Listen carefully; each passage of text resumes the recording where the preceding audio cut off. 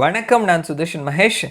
தேமுதிகவினுடைய தலைவர் நடிகர் விஜயகாந்த் நேற்றைக்கு காலமாக இருக்கிறார். அவருடைய மறைவு தமிழகம் முழுவதும், தமிழகம் தாண்டி இந்தியா முழுவதுமே எல்லாரையும் சோகத்தில் அழைத்திருக்குது.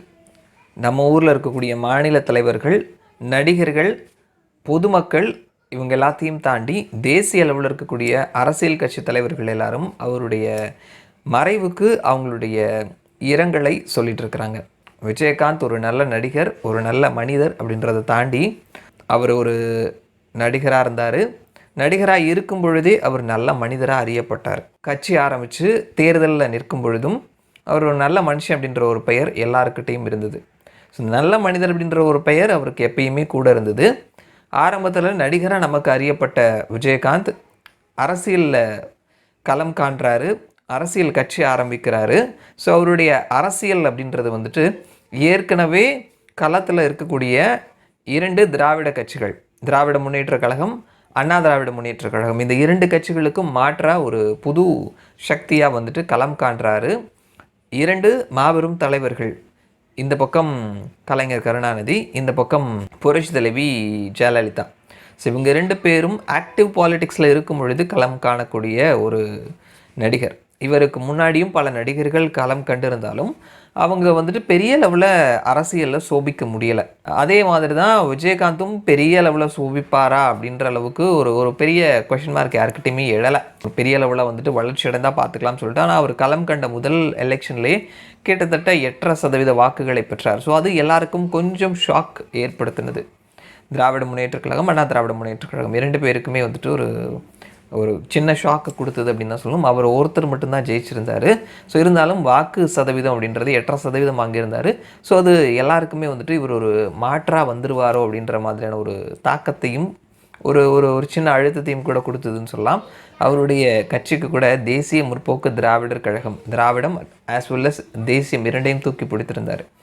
மாநில கட்சிகள் ஹிந்தி மொழி எதிர்ப்பு அப்படின்னு சொல்லிட்டு இருக்கக்கூடிய அந்த நேரத்தில் ஹிந்தியை கற்றுக்கணும் எல்லாரும் அப்படின்னு சொன்னார். ஸோ அவருடைய அந்த பார்வை அப்படின்றது தேசியத்தையும் சார்ந்தே இருந்தது. அவர் ஒரு ஆன்மீக நம்பிக்கையுடையவரும் கூட. ஸோ தேசியத்தையும் தெய்வீகத்தையும் கையோடு சேர்த்து பிடித்தவர். ஸோ இந்த மாதிரியான ஒரு கொள்கையோடு இருக்கக்கூடிய மக்களுக்கும் விஜயகாந்தை பிடிக்கக்கூடிய அவருடைய ரசிகர்களுக்கும் ஒரு நல்ல ஒரு ஆப்ஷனாக அவருடைய கட்சி இருந்தது. ஸோ முதல் எலெக்ஷனில் அவர் ஒருத்தர் மட்டும் எம்எல்ஏவாக இருந்தார். வாக்கு சதவீதம் 8% அடுத்ததாக ஜெயலலிதாவினுடைய அண்ணா திராவிட முன்னேற்ற கழகத்தோட கூட்டணி அமைத்து கிட்டத்தட்ட 29 எம்எல்ஏக்களை ஜெயிச்சிருந்தார். அவருடைய வாக்கு சதவீதம் கொஞ்சம் குறைஞ்சிருந்தது, ஒரு 7.5% வரைக்கும் வாங்கியிருந்தார். ஏன்னா அவர் போட்டியிட்ட தொகுதியும் கம்மி அப்படின்றதுனால வாக்கு சதவீதமும் குறைந்திருந்தது. ஸோ அப்போது 2வது கட்சியாக தேமுதிக வந்திருந்தது, 3வது கட்சியாக திராவிட முன்னேற்ற கழகம் வந்திருந்தது. ஸோ விஜயகாந்த் எதிர்கட்சி தலைவராக இருந்தார். ஸோ அதிலிருந்தே அவருடைய சரிவு ஆரம்பிச்சிருச்சு அப்படின்னு சொல்லலாம். அதிமுகவினுடைய ஆதரவோடு அதிமுகவோட கூட்டணியில் இருந்து ஜெயிச்சிருந்தாலும் கூட சட்டசபையில் சில கான்ட்ரோவர்சிஸ் நடந்தது. அதற்கப்புறம் அவருடைய எம்எல்ஏக்களை பிரித்து எடுக்கக்கூடிய வேலையை திமுக அதிமுக 2 பேரும் சேர்ந்தே செய்தார்கள் அப்படின்னு சொல்லலாம். அண்ட் அதற்கப்புறம் நடந்த எலெக்ஷனில் தேமுதிகவினுடைய தலைமையில் ஒரு குட்டி குட்டி கட்சிகள், மதிமுக, விசிக, கம்யூனிஸ்ட், இவங்க எல்லாருமே சேர்ந்து ஒரு கூட்டணி அமைத்தாங்க. ஸோ அந்த கூட்டணி ஒரு பெரும் சரிவை சந்தித்ததுன்னு சொல்லலாம். 1%, 1.5% வாக்குகளை தான் விஜயகாந்துக்கு பெற்றுக் கொடுத்தது. அடுத்து வந்த எலெக்ஷனில் அமமுகவோட போட்டிட்டார், 1%க்கும் குறைவான வாக்குகள். அந்த எலெக்ஷன்லலாம் விஜயகாந்த் பெரிய அளவில் ஆக்டிவ் பாலிடிக்ஸில் இல்லை அப்படின்னு சொல்லலாம். ஸோ விஜயகாந்தினுடைய உடல்நிலை அப்படின்றதும் கூட ரொம்ப நாளாகவே அவருக்கு உடல்நிலை சரியில்லாமல் தான் இருந்தது. ஸோ அவர் பெரிய லெவலில் ஆக்டிவில் இல்லை அப்படின்னாலுமே அந்த கட்சியும் கிட்டத்தட்ட அந்த வாக்கு சதவீதம் அப்படின்றதும் குறைந்துக்கிட்டே தான் வந்திருந்தது. ஸோ இருந்தாலும் விஜயகாந்த் அப்படின்ற ஒரு பர்சனுக்காக அவருடைய கட்சி அப்படின்றது ஓரளவு இருந்தது. இன்றைக்கு அவரும் மறைந்து விட்டார். இனி அந்த கட்சி என்ன ஆகும் அப்படின்ற ஒரு பெரிய கொஷின் மார்க் இருக்குது. இவ்வளோ நாளாக விஜயகாந்த் கட்சிக்கு வாக்களித்திருந்தவங்க யாருக்கு ஓட்டு போடுவாங்க அப்படின்ற ஒரு பெரிய கொஷின் மார்க்கும் இருக்குது. ஸோ இந்த நேரத்தில் அந்த வாக்குகள் அப்படின்றது மறுபடியும் விஜயகாந்துக்கே போகுமா அப்படின்ற ஒரு கொஷின் மார்க்கும் இருக்குது. என்னென்னா, அவருடைய கட்சி ஒரு கட்டத்தில் ஒரு பெரிய ஒரு வாக்கு வங்கியோடு இருந்த கட்சியாக இருந்தது. அதற்கப்புறம் வாக்கு சதவீதம் குறைய அந்த கட்சி பெரிய அளவில் அரசியல் களத்தில் சோபிக்க முடியாமல் போயிருந்தாலுமே இன்றைக்கு அவருடைய அந்த மறைவு, அவருடைய அந்த இறுதி ஊர்வலம், அது சம்மந்தமான விஷயத்தில் மக்கள் அதிக அளவில் கலந்துக்கிட்டதை நம்ம பார்க்க முடியுது. அவர் பற்றின ஒரு நெகட்டிவான விஷயம் அப்படின்றதே இல்லாமல் எல்லாருமே அவரை கொண்டாடுறாங்க. ஸோ இந்த மாதிரியான ஒரு வேவ் வேவ் மறுபடியும் தேமுதிகவுக்கு ஒரு வளர்ச்சி கொடுக்குமா அப்படின்றது ஒரு ஒரு கொஷின் மார்க் இருக்குது. ஸோ மக்கள் அப்படி போவாங்களா அப்படின்ற ஒரு கேள்விக்குறி இருக்குது. அது ரொம்ப ரொம்ப கம்மியான ஒரு ஒரு ஒரு பர்சன்டேஜ் தான் வச்சுக்கணும்.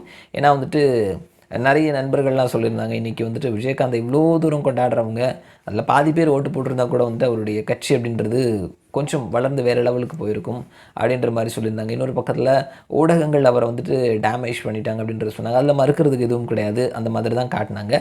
ஸோ அதுவும் கூட வந்துட்டு பாலிட்டிக்ஸில் வந்துட்டு நம்ம நல்லவனாக மட்டும் இருந்தால் பத்தாது, வல்லவனாகவும் இருக்கணும். ஸோ விஜயகாந்த் நல்லவராகவும் இருந்தார், வல்லவராகவும் இருந்தார். அவருடைய உடல்நிலை ஒத்துழைக்கலை. அந்த ஒரே ஒரு ரீசன்ஸ்னால் மட்டும்தான் விஜயகாந்த் அரசியல் களத்தில் எவ்வளோ தூரம் போயிருக்க வேண்டியவர் அவரால் போக முடியாமல் போனதுக்கான காரணம் அவருடைய உடல்நிலை ஒத்துழைக்கவில்லை அப்படின்றது தான். ஸோ எது எப்படி இருந்தாலும் அவர் நம்மை விட்டு மறைந்து விட்டார். ஸோ அவருக்கு நம்மளுடைய அஞ்சலியை செலுத்துவோம். ஸோ அவருடைய வாக்கு, அவருடைய கட்சி என்னவாக போகிறது அப்படின்றது வரக்கூடிய நாட்களில் தான் தெரியும். ஏன்னா அவருடைய பசங்களும் அவருடைய மனைவியும் ஆக்டிவ் பாலிடிக்ஸில் இருந்தாலுமே ஸோ அவங்க பின்னாடி எவ்வளோ பேர் சேருவாங்க அப்படின்றது ஒரு பெரிய கொஷின் மார்க் இருக்குது. ஸோ இது எல்லாத்திற்கும் காலம் தான் பதில் சொல்லணும். பார்க்கலாம் என்ன நடக்குதுன்னு சொல்லிட்டு மறுபடியும் நான் உங்களை இன்னொரு வீடியோவில் சந்திக்கிறேன். அது வரைக்கும் நன்றி.